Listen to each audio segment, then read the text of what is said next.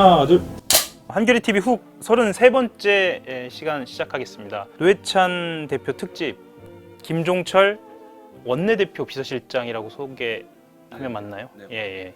처음에는 그날 딱 이렇게 현장에 갔는데 이제 거의 이제 그 수행비서랑 제가 처음으로 봤는데 정신이 하나도 없더라고요. 이게 그렇죠. 뭐 현실감이 없는 거예요. 이게 무슨 거의 전화 한 200통 왔는데 뭐 받을 생각도 안 들고 무슨 뭐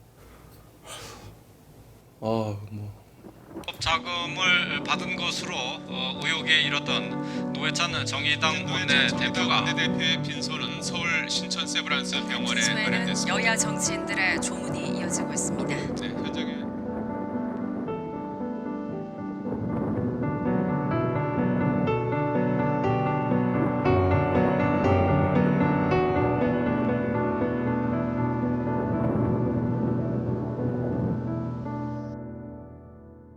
오늘 저희들이 할 얘기는요, 정말 가까이에서 지근거리에서 보셨을 때 언론에 제대로 좀 알려있지 않은 것들이 무엇인지, 그리고 혹시나 좀 소홀하게 다뤄진 것이 있다면 무엇이 있었는지, 그리고 지난 한 2주간의 상황이 좀 어땠는지, 그리고 또 당은 어떤지 부터 시작해서 좀 전체적으로 여러 사람이 나왔어요. 그렇죠. 주제 같은 느낌이. 예, 그렇긴 한데요.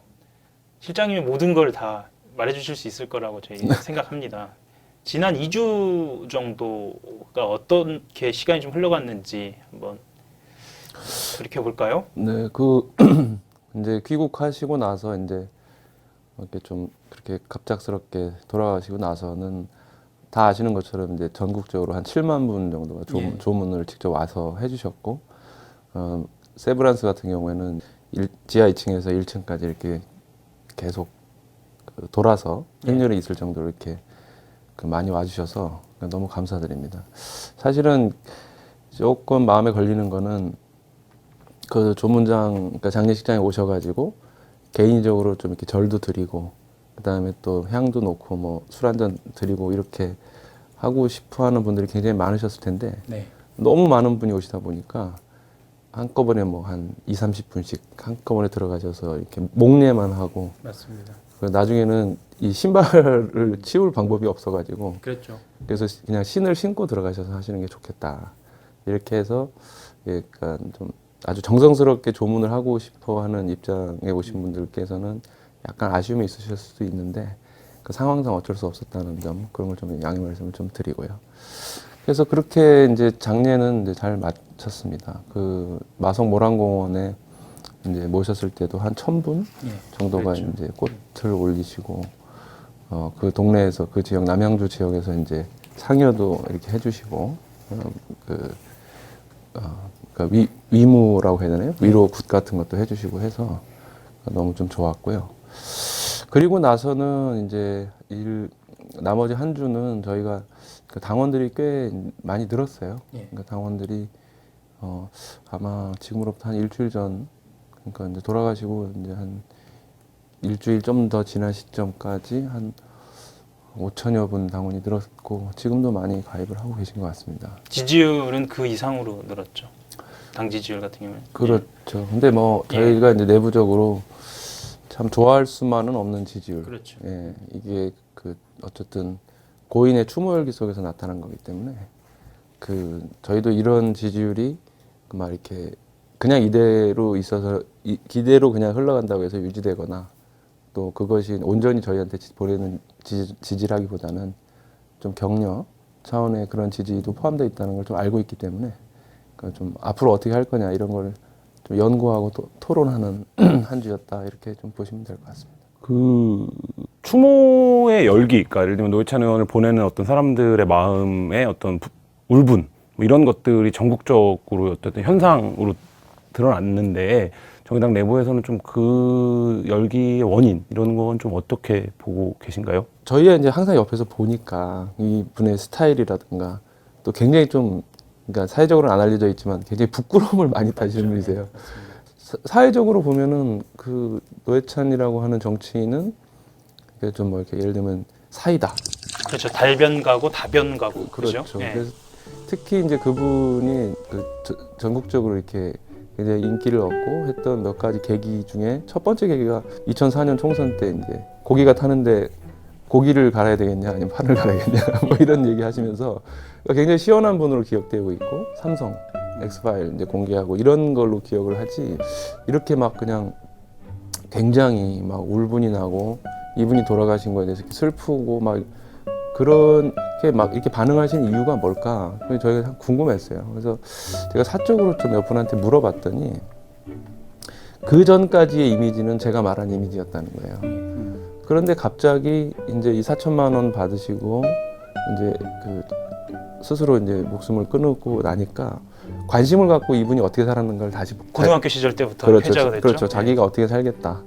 그다음에 어렸을 때 이제 부모님이 굉장히 좀 문화적 소양이 있는 사람을 키우겠다 해서 첼로도 가르치시는 그렇죠. 아주 좀 낭만적인 어떤 그 부모님과의 관계. 그다음에 그 고려대학교 졸업하고 노동운동으로 들어가서 구속도 되고 계속 수배 중이어가지고 결혼하고 나서 얼마 안 있다 감옥을 갔거든요. 그래서 이제 또 아이가 안 생기고 계속 운동을 진보 운동을 하면서 정당을 만들고 이런 과정을 쭉 보니까 아 이분이 그 삶이 일관되구나 이렇게 다시 조명하게 됐다 이런 거랑 그리고 한 가지 더 있다면 그러니까 좀 그 일관된 삶을 마지막에 예. 그 책임을 지고 그 저기 자기가 어쨌든 잘못했다고 인정하면서 네. 책임을 졌다. 이게 굉장히 좀 크게 작용했던 것 같아요. 사실 이제 그 추모하는 글에서도 이제 그런 것들이 나오는데 사람들은 이제 노회찬의 그런 어떤 종합적인 면모를 노회찬 의원이 있을 때는 보지 못하다가 그때는 이제 촌철살인의 노회찬만 존재하다가 그가 이제 가고 나서 갑자기 좀 이제 그런 면들이 많이 부각이 되고 있는데 근데 이제 왜 그런 좀 불일치라고 해야 될까? 그런 게 좀 났을까? 진보 운동하는 사람들 전반이 좀 이렇게 자기를 이렇게 잘 포장을 못하는 그런 면이 있죠. 왜냐하면 지금 방금 말한 어떤 노회찬 정치인 노회찬의 인생은 굳이 따지자면 이제 그 정의당 정치인들 일반 심상정 의원이든 이정미 의원이든 살아온 삶하고 이렇게 크게 다르지 않거든요. 자기 자신이 이타적인 삶을 살겠다. 그리고 공동체를 위해서 헌신하겠다라고 한 이상 사적인 어떤 뭐 이해관계나 이익을 위해서 어떤 영리 활동을 하지 않으니까 그런 경우에 가장 어려운 부분이 경제적인 부분입니다. 특히 본인 개인만 그러면 몰라도 이제 가족이 다 어려울 때. 근데 이제 이런 거를 좀 극복해 오지 않는 한에 있어서는 이 진보 정치나 진보 운동을 계속 하기는 어렵거든요. 근데 이제 그러한 어려움을 자기가 이렇게 나는 이렇게 헌신적으로 뭘 한다, 어렵지만 이렇게 한다 이런 거를 드러내는 것도 또 진보 운동하는 사람들한테는 또 미덕이 아닌 거죠. 어려운 일이죠.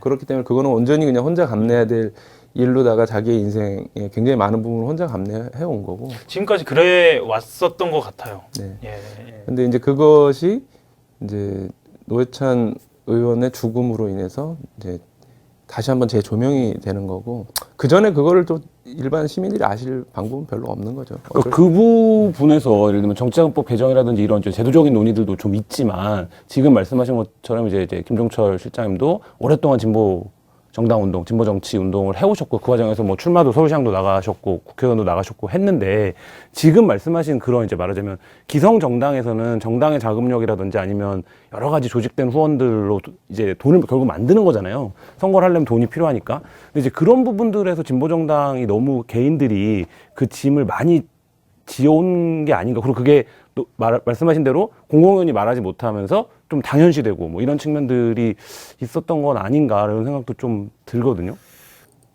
어쩔 수가 없는 측면도 있는 것 같습니다. 그러니까 다른 정당들 같은 경우에는 이미 성공한 사람이 그러니까 경제적으로 여유가 생기고 또 어떤 직업이나 이런 거에 그 바탕이 되는 사람들이 자기가 어떤 정당을 택해가지고 들어가서 그 정당에서 이제 공천을 받거나 해서 공천을 못 받더라도 뭐 자기의 직업은 별도로 있는 거고 뭐 이런 거지만 진보 정치인은 이제 그거를 계속 뭐랄까 일정한 수준까지 올라갈 때까지는 만들어가야 되는 그런 상황. 그리고 심지어 이제 노회찬 의원 같은 경우는 2012년에 국회의원이 됐는데 1년 반 후에 이제 정치자금 그러니까 삼성 엑스파일 그 그렇죠. 대법원 판결로 저거 강제 사직을 당하게 되지 않습니까? 그 사이에 사실 선거 2번 있었는데 2번 다 낙선을 하게 되잖아요. 노원에서 김지선 여사가 그렇죠. 나가서 부인이 나가서 낙선하고. 낙선을 했고 그다음에 이제 동작에서 낙선을 하게 됐는데 네. 그때도 좀 지근거리에서 좀 보셨죠? 동작에서는 저하고 그렇죠. 경제 공부였죠. 네. 단일화를 좀 하려고 노력했는데 예. 그때 또 그런 인연이 있었네요. 네. 예. 근데 그래서 뭐 둘이서는 뭐 막역한 관계인데 그때 예. 당이 좀 달라서 어쨌든 선거에서 경선을 하게 됐지만 선거 끝나고 뭐 바로 다음 날인가 다다음 날 서로 전화해가지고 뭐 도와드리지 못해서 미안하다. 그러니까 아, 내가 거기 간 게 미안하지 뭐 이러면서 해가지고 다시 풀고 이제 정당을 합치게 되는 예. 이런 과정으로 갔죠. 근데 저도 어려웠지만은 아마 노 의원도 굉장히 어려우셨을 거예요. 경제적으로나. 그 지근거리에서 보셨을 때의 추억이랄까요? 그러니까 드러나 있지 않은 어떤 가장 인상적인 장면이나 이런 것들이 사실 주마등처럼 스쳐졌을 것 같은데 그런 이야기로 좀 다시 한번 좀 풀어볼까요? 아, 이분이 워낙 샤이하셔가지고 뭐 자기를 드러내지를 잘 않으시니까. 예.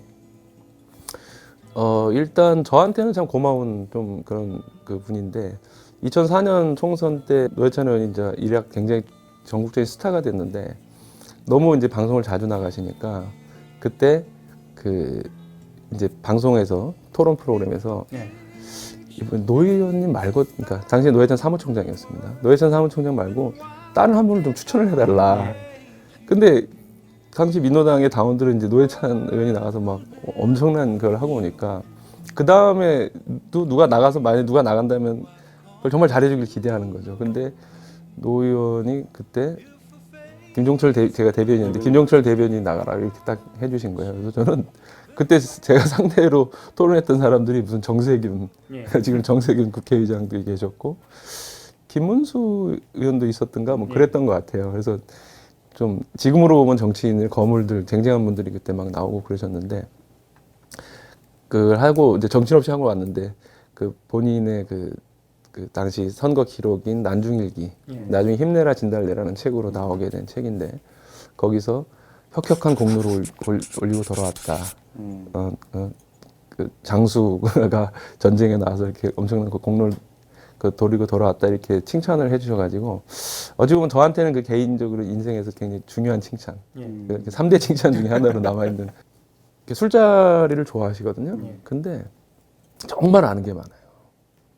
그리고 절대로 일 얘기를 안 합니다. 술자리에서 무슨 뭐 우리 당이 앞으로 너가 나간다 이런 얘기는 절대 안 하고 예를 들면 무슨 회가 나왔다 그러면은 아 이게 회 무슨 부분이에요? 그렇게 물어보면 그때부터 그걸 가지고 한 15분을 혼자서 얘기할 수가 있어요. 네. 아, 이 회는 원래 일본의 동쪽 말고 남쪽에서 많이 잡히는 건데 그쪽 지방 풍습은 이거를 이렇게 살짝 한 일주일 정도 익혀먹는 풍습이 있어. 뭐 이러면서 그런 걸로다가 정말 노력을 많이 하고 그리고 사람들 이제 샤이하다고 했잖아요. 좀 부끄러움 많이 타는데 그거를 대중적으로 그 정도 하려면은 계속 노력을 많이 하는 분입니다. 근데 허들을 넘어야 하는 거니까요. 네, 그렇죠. 그래서 이제 예전에 같이 있었고 지금까지 이제 같이 물론 수행했던 비서가 예를 들면 이제 뉴스공장 같은 데 나가실 때 아침에 나가지 않습니까? 네. 그러면 가면서 누구누구 비서 이거 대법관이 이렇게 한 거는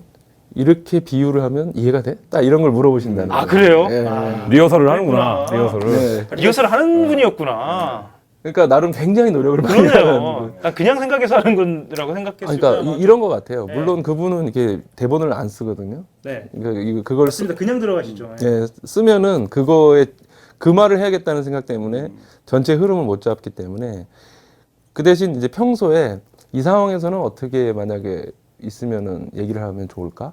이거 어떻게 설명하면 좋을까? 평소에 생각을 많이 하는 거죠. 비서실장으로서 그러니까 공적인 측면에서 비서실장으로 뭐 길지는 않지만 원내대표로의 또 역할도 했고요.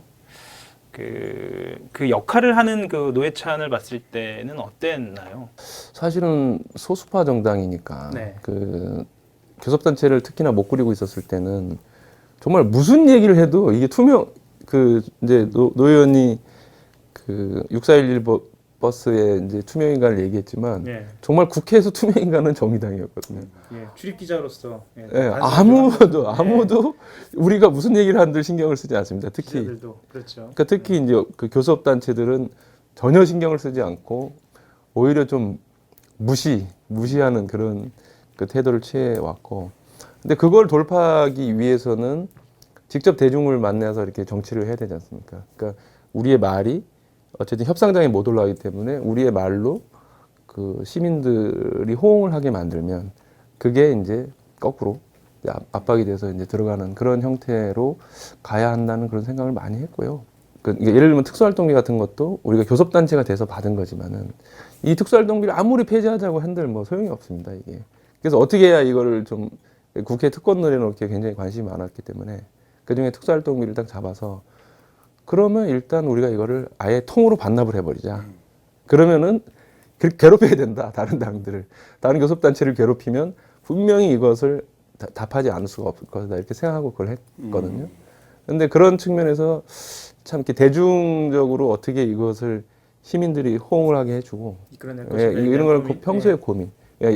우리도 약자니까 어떻게 호소하면 이것이 그 지정 호소력 있게 나갈 수 있는가, 이런 걸 항상 고민했던 분이죠. 근데 동작에서는 아까 이제 경쟁 후보로 경쟁하셨다는 말씀도 하셨는데 이제 그때도 이제 분당 사태라든지 여러 가지들이 좀 질곡이 있었던 거잖아요. 네. 그런 과정에서 어쨌든 노회찬 그 의원이 진보 정치를 놓지 않고 온 이 궤적 이런 것들은 좀 뭐 후배 정치인이기도 하시고 이제 운동권으로 말하면 후배기도 하신데 좀 어떻게 평가하시나요, 지금은? 그러니까 이게 평생의 신념이었던 거죠, 그게. 그러니까 이제 그런 걸 보면은 참 사람이 자기 신념을 잃으면은, 가치와 신념을 잃으면 거의 모든 걸 다 잃은 거다, 이런 좀 느낌이 들고는 하는데, 원래 이제 그 노동운동을 하셨고, 노동운동 이후에는 한국의, 그러니까 당시에는 이제 사회주의 정당이라고 그랬죠. 근데 지금은 이제 사회민주주의라고 보통 많이 이제 평가를 하고 그 방향으로 갔지만은, 한국 사회주의 노동자당 창당준비위원회 대표 같은 거를 맡아서 뭐 물론 소련이나 북한 같은 이런 사회주의는 아니고 유럽형 삼민주의에 가까운 뭐 이런 그걸 계속 그 추진을 하셨는데, 첫 만남이 그 즈음인가요? 그러면? 그보다 조금 지나서죠. 그러니까 같이 일을 하게 된 거는 99년에 예. 이제 국민승리 21, 21이라고 그렇죠. 예. 이제 민노당 전신에서 일을 했지만 97년 권영길 대선 후보가 됐을 때. 그 했을 때 제가 직장인이었는데 그냥 대선 그 선거운동 이렇게 좀 자원봉사로 뛰고 그랬거든요. 그때 잠시 뵀었던. 그 김종철 실장의 저서에 그 얘기가 자세히 나옵니다. 저서 읽은 사람. 그런가요? 서울시장 나왔을 때. 예, 저서 제목이 뭐? 출발 3%라고 예, 그때 출발 3% 3%. 나왔습니다. 예. 아, 서울시장 선거 나왔을 때. 아, 감사합니다. 툭 들어오네요. 네. 깜짝 놀랐습니다. 출발 3%. 네, 이렇게 책 선전이 네. 자연스럽게 되는. 책 좀 부탁드리겠습니다. 재고가 책은 혹시 물 있으면 물 좀.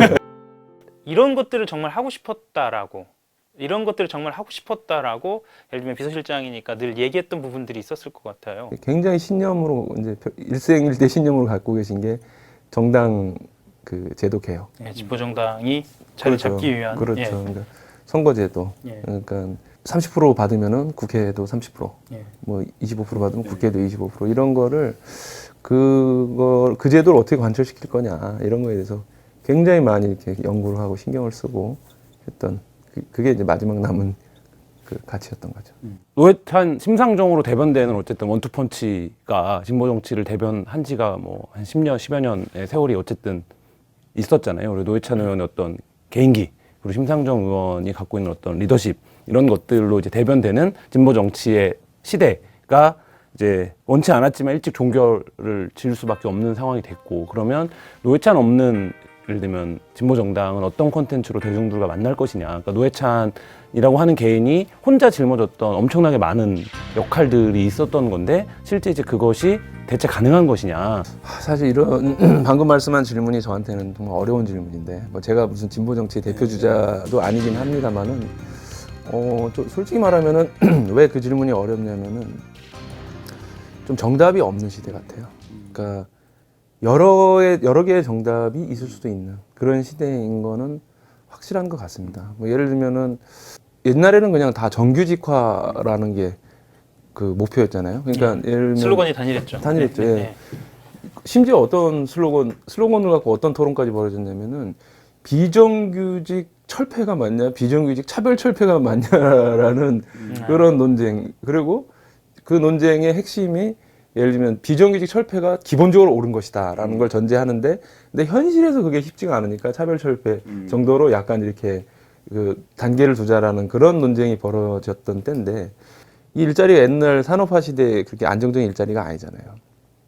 끊임없이 기업이 나타났다 망하거나 또 그 신규로 창업을 해야 그나마 이게 뭐 생기는 거고 한데, 그러려면은 예전과 같은 어떤 정규직 그 방식 보호 방식으로는 굉장히 이런 부분 그 비정규직이 늘어나는 것을 현실적으로 막을 방법이 없는 거고, 네덜란드나 덴마크 같은 데서 하고 있다는 유연 안전성 문제도 사실은 다른 조건이 된다면 검토할 수도 있지 않나 싶은데, 뭐 저는 그렇게 생각을 하는데, 또 다르게 고민하는 분은 왜 그렇게 약하냐, 충분히 정규직화 할 수 있다, 다 할 수 있다. 지금 유튜브로 생중계가 되고 있잖아요.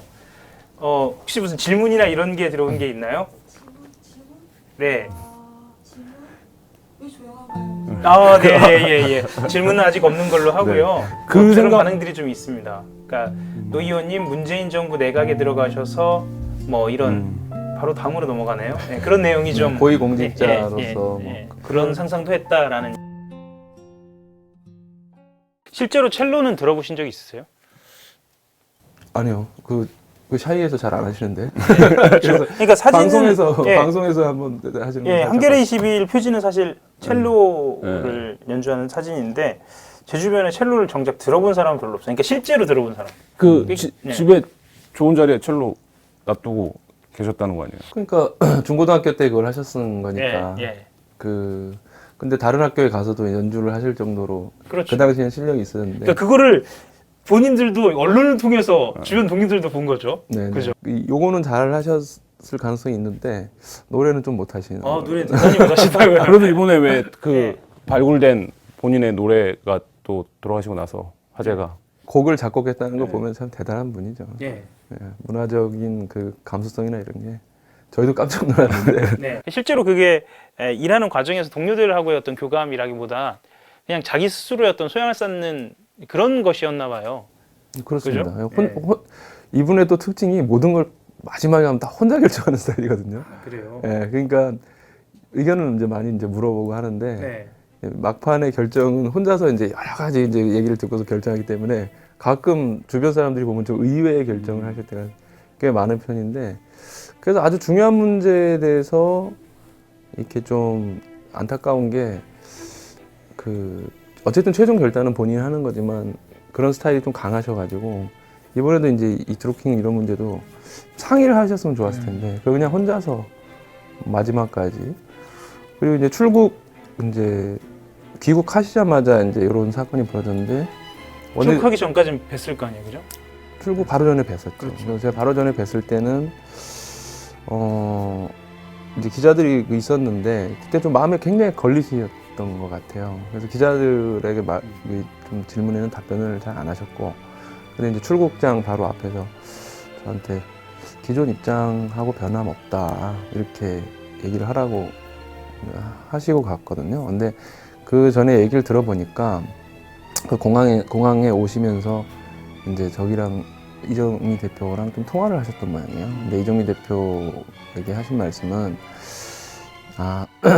일단 저를 믿어달라. 그리고 절대로 당에 피해가 가거나 누가 되는 일은 없도록 하겠다. 그런 평가를 하는 사람들도 있더라고요. 노회찬 의원이 어쨌든 엑스파일 건을 국회 여의도 생활의 거의 전체가 검찰 권력과의 싸움의 연장이었고, 결국 이제 그 2013년도에 이제 국회의원직을 내려놓을 때도 결국 엑스파일 사건이 발목을 잡은 거였고, 그리고 이제 그 사건이 뭐 양승태 코트에서 어쨌든 거래 대상이기도 했고, 그러니까 한국 사법권력 전체에서 어쨌든 이런 뭐 조리돌림 이런 것 속에 이번 특검이 노회찬 의원을 어떤 징검다리로 설계한 것도 그런 맥락의 연장이 있는 게 아니냐, 이렇게 보는 시각들도 있는데, 실제로 이제 법사위원회를 오래 하시고 마지막에는 이번에는 또 특별위원회 사법개혁특위위원회 그 특히 또 검찰 파트를 검찰 관련 소위를 계속 하려고 하셨거든요.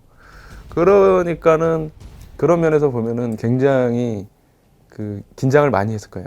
그 한국당 같은 경우는 그 심지어 그 사법개혁특위를 회의를 안 하려고 그러는데, 그 회의를 안 하려고 하는 이유 중에 이제 명분 중에 결정적인 게 노회찬 의원을 검찰개혁 소위에서 빼야 된다. 네. 이걸로 했거든요. 뭐 장제원 그 당시에 뭐 얘기한 거 보면은 말도 안 됩니다. 저 진짜 장제원 국회의원 같은 사람 그 당시에 그에서 좀 철저하게 자기 비판을 해야 된다고 보는데 그런 식으로 해가지고 어쨌든 그 노회찬을 사법개혁이나 검찰개혁에서 빼내려고 했던 거. 근데 이제 이게 결과적으로는 이제 본인께서 그런 선택을 하게 되면서 그 사법개혁의 동력의 한 축이 상당히 상실됐다고 저희는 보고 있어서 안타깝죠. 근데 그 노 의원이 하려고 했던 그런 부분들을 시민들이 기억해주고 이거를 또 국민들 앞에 그러니까 그 국민들이 이제 집권당이든 뭐 제1야당이든 이쪽을 압박을 해주시면은 비서실장의 진로라고 표현하면 어떨지 모르겠는데 나오셨으니까 본인 개인의 진보 정치인으로서의 개인의 진로도 좀 여쭙고 싶고요. 당의 진로에 대해서 좀 어떤 물론 지금 저도 뭐 엊그제까지 지금 여의도 갔다 왔는데 그 뭐 지금 진로를 이야기하기에는 그 폭풍이 여전히 여전히 있어 보이긴 합니다만 그 얘기를 해야 할 것 같아요. 예. 뭐 정치인의 진로라는 게 예, 그렇죠. 그 공직에서 이제 그 권한을 위임받아서 그 권한을 토대로 해서 이제 정치를 바꾸고 사회를 그래서 변화시키는 게 또 목표이자 가치, 신념 같은 거지 않겠습니까? 그래서 그런 방향으로 이제 나아가려고 생각을 하고 있고 저 개인적으로는 그러니까 2020년에 이제 어떤 방식으로든 도전을 해서 하려고 하고 있고 이 2020년에 어떤 도전을 하시는지 말씀해 주세요. 예, 국회의원 선거. 예, 그렇죠. 네, 그렇습니다. 구체적으로. 네. 동작에서 예, 뭐 다양한 방법으로. 예. 근데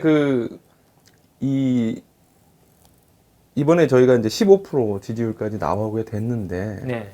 이게 이 지지율이 굉장히 좀 정의당 내에서도 좀